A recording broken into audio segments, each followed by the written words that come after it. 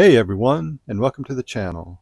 Today I'm making an apple upside down cake from Food and Wine.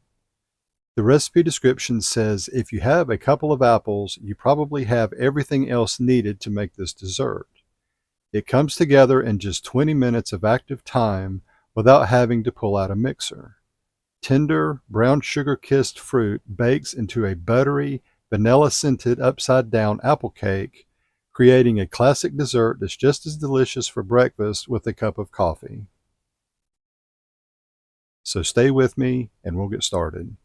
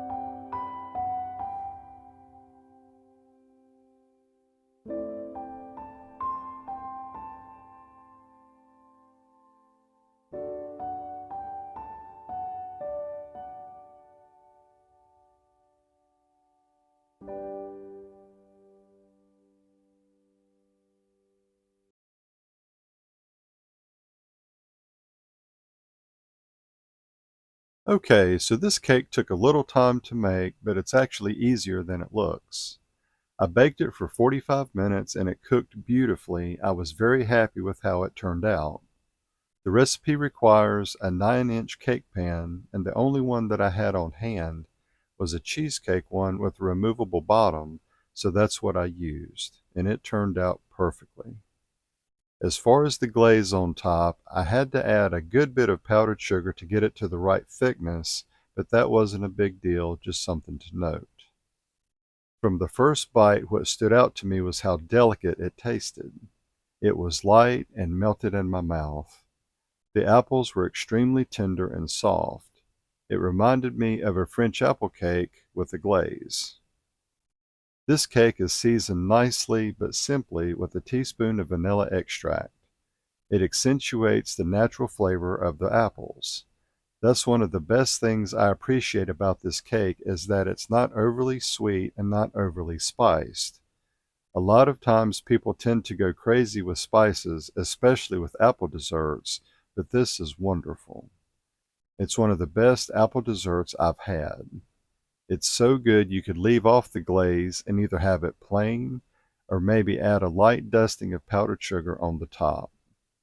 This was a very, very good apple cake, and I give it 20 stars, and I can't recommend it enough.